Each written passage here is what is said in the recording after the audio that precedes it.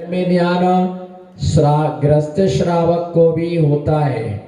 धन में ध्यान मुनिराजों के लिए भी होता है, लेकिन ध्यान रख करके चलना एक ऐसा ध्यान है, बोलो एक ऐसा ध्यान है कि जो मात्र निर्ग्रंथ मुनियों को ही होता है,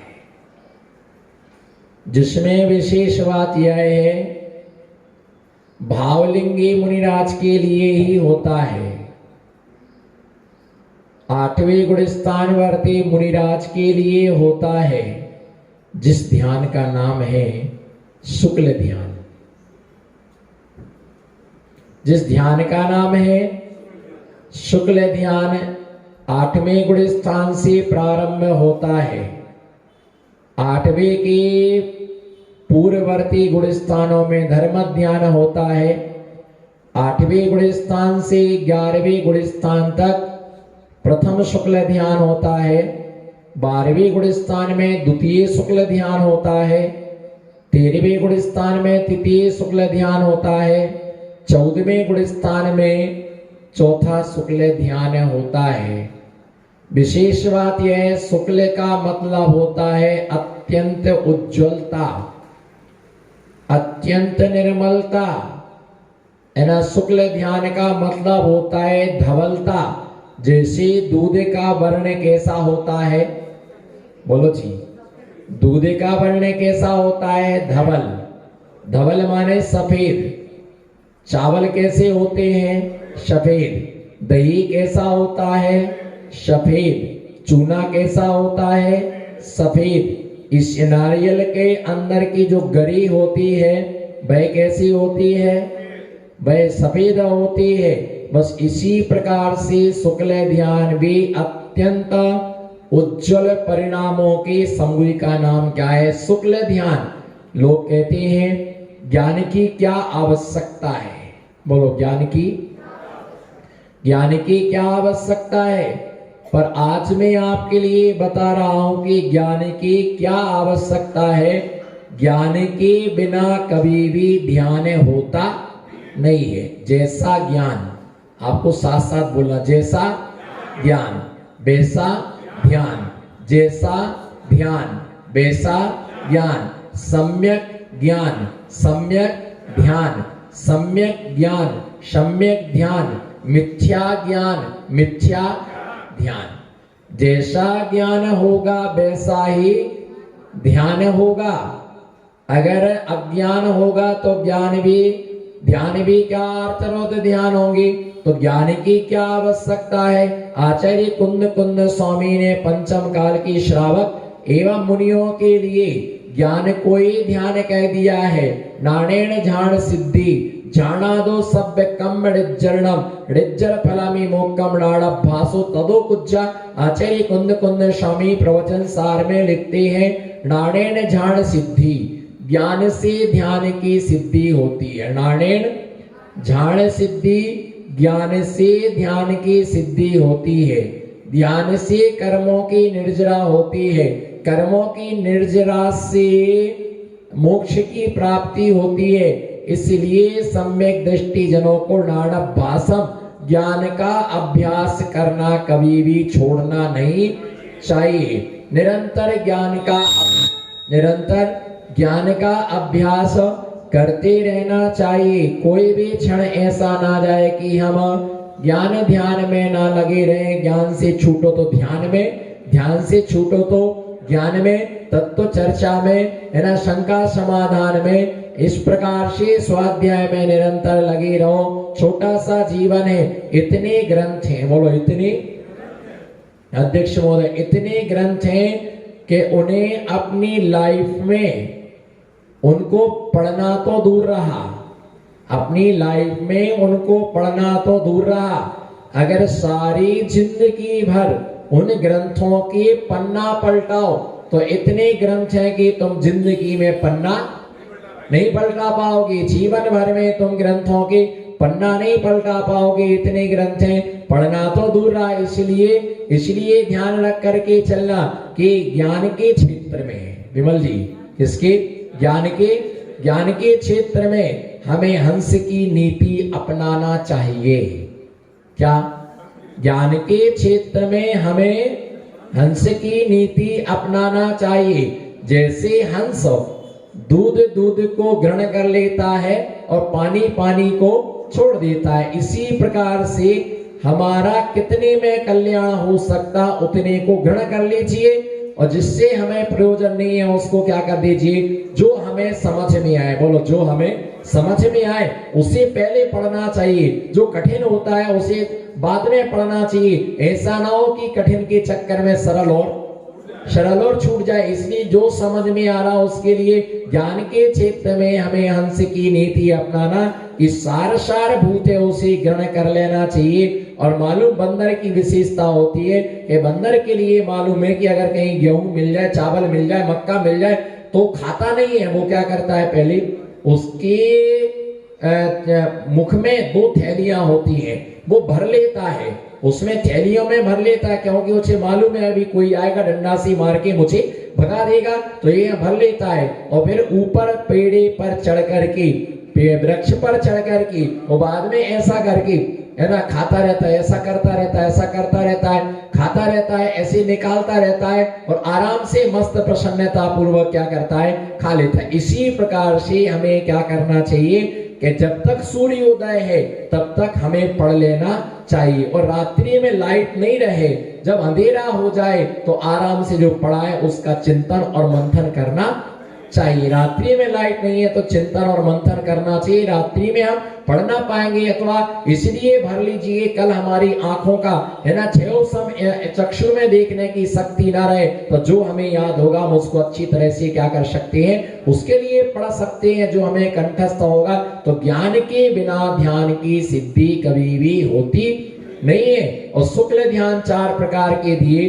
तो उसके लिए आचार्य उमा स्वामी महाराज सूत्र देते हैं, शुक्ल चाद्य पूर्वविदः। आदि के 2 शुक्ल ध्यान पूर्व ज्ञान के धारियों के लिए होता है। किसके लिए? शुक्ल चाद्य पूर्वविदा।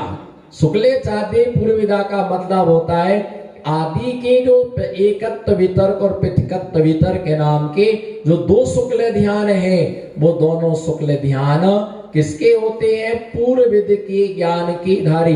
पूर्वविद ज्ञान की धारी का मतलब यह होता है कि जिन्हें 11 अंग 14 पूर्व का ज्ञान है, उत्पाद पूर्व अग्रायणी पूर्व, जिनके लिए 14 पूर्व का ज्ञान होता है, उनके लिए वह शुक्ल ध्यान पहला शुक्ल ध्यान होता है।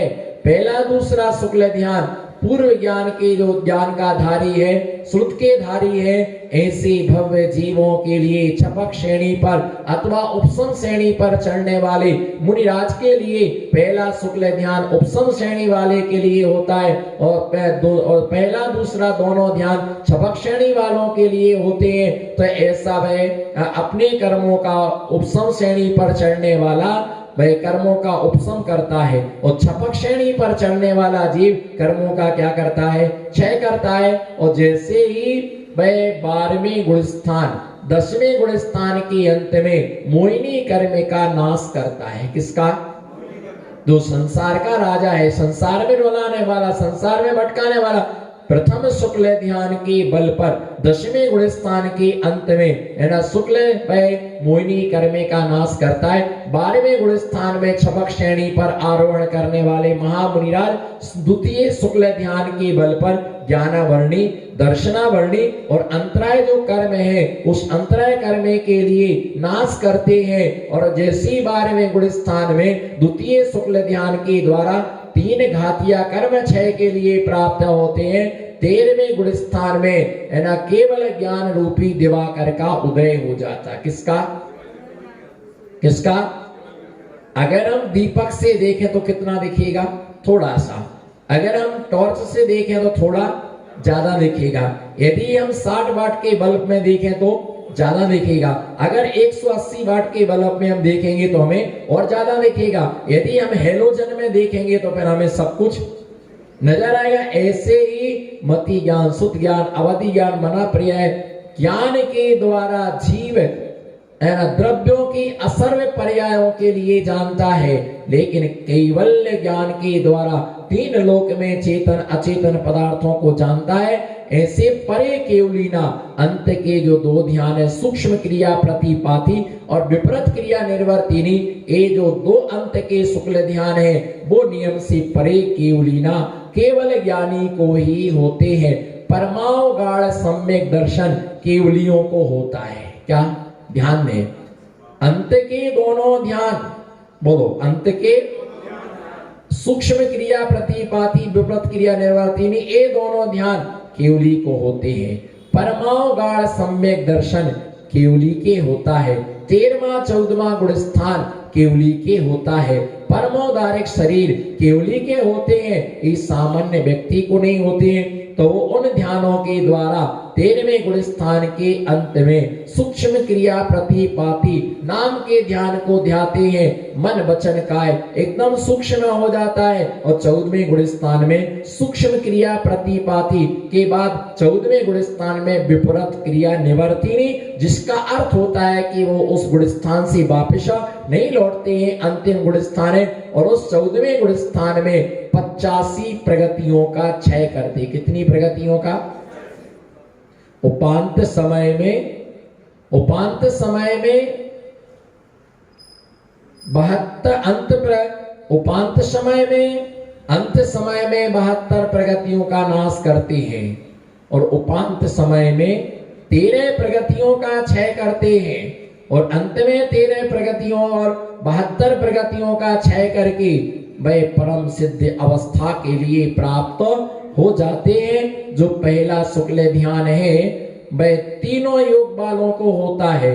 दूसरा शुक्ल ध्यान है वह 3 योगों में से एक योगधारी के लिए, 3 में से एक योगधारी के लिए होता है। और तीसरा जो शुक्ल ध्यान है वह तीसरा शुक्ल ध्यान सिर्फ काय योगी के लिए होता है। और चौथा जो शुक्ल ध्यान है वह सूक्ष्म काय योगधारी के लिए होता है। ऐसे शुक्ल ध्यान जो दिया है, केवल ज्ञान होने पर ही अंत के 2 शुक्ल ध्यान होते हैं। अज्ञानियों को धर्म में ध्यान भी नहीं होता है तो शुक्ल ध्यान क्या होगा? बहुत सारे लोग ऐसे हैं जिनने पढ़ा तो है, बोलो जिनने पढ़ा तो है, पढ़ा उन्होंने शास्त्र में सही लिखा है, बोलो शास्त्र में, विनय से बोलो शास्त्र में सही लिखा है। पढ़ा भी हमने सही है पर समझा सही, यही सबसे बड़ी गलती है। शास्त्र में लिखा भी सही है, पढ़ा भी हमने सही है पर हमने समझा सही नहीं है, यही सबसे बड़ी हमारी गलती है। मूल में भूल, बोलो वैसा जी, मूल में भूल, इसीलिए संसार में झूल। मूल में शब्द टू शब्द, door to door, face to face, बोलिए मूल में भूल, इसीलिए तू संसार में झूल, इसीलिए तू संसार में झूल। मूल में धूल और ना समझ पाया धूल और फूल। क्या है धूल, क्या है फूल? संसार में झूल, बस संसार में झूला। मूल में कई लोग बोलते पंचम काल में ध्यान ही नहीं होता। क्या कहते हैं? शास्त्र में लिखा पंचम काल में ध्यान नहीं होता है, बिल्कुल सही है, पर तुम विवक्षा ना समझ पाए, तुम व्यवस्था ना समझ पाए और तुम व्यवस्था ना समझ पाने के कारण से तुमने अर्थ का अनर्थ कर दिया। पंचम काल में ध्यान नहीं होते हैं, इतने है। पंचम काल में शुक्ल ध्यान नहीं होता है। कौन सा? बोलो पंचम काल में शुक्ल ध्यान नहीं होता है, लेकिन पंचम काल में आर्त ध्यान, रौद्र ध्यान और धर्म ध्यान होता है। पंचम काल में सम्यक दर्शन नहीं होता है।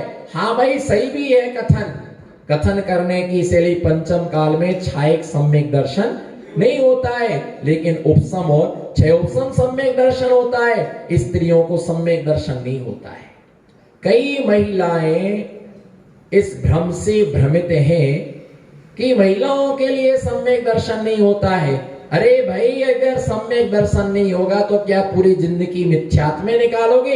ऐसा कहो कि महिलाओं को छायक सम्यक दर्शन सम्यक दर्शन तो होता है, उपसम होता है, छह उपसम होता है, पर स्त्रियों के लिए छायक सम्यक दर्शन नहीं होता है। भैया ध्यान रख करके चलना है, स्त्रियों को शुक्ल ध्यान नहीं होता। पंचम काल में तो पुरुषों को, मुनियों को भी शुक्ल ध्यान नहीं होता है। कारण वज्र विषम नारद सहिनन नहीं है, इतनी शक्ति है, इतनी परिणामों में निर्मलता नहीं है। छोटी छोटी बातों पर कितनी कषाय आती, बोलना, छोटी छोटी बातों पर कितना क्रोध आता है, छोटी छोटी बातों पर कितना माना जाता है, छोटी छोटी बातों पर कितनी मायाचारी कर लेती, छोटी छोटी बातों में कितना राग द्वेष हम कर लेते हैं। संभलने की बहुत आवश्यकता है, बोलो, संभलने की बहुत आवश्यकता है। शुक्ल ध्यान के बिना कर्मों का क्षय कभी होता नहीं है। कर्मों के क्षय करने के लिए शुक्ल ध्यान आवश्यक है। ऋषभ देव तीर्थंकर 1000 वर्ष तक मुनि रहे, 1000 वर्ष तक उन्होंने तप किया।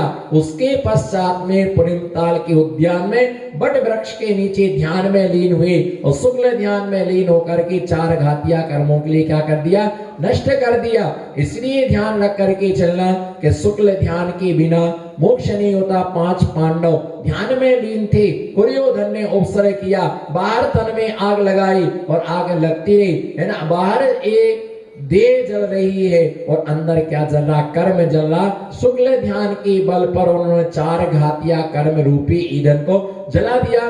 गज कुमार महामुनिराज, कौन से बोलो, कौन से?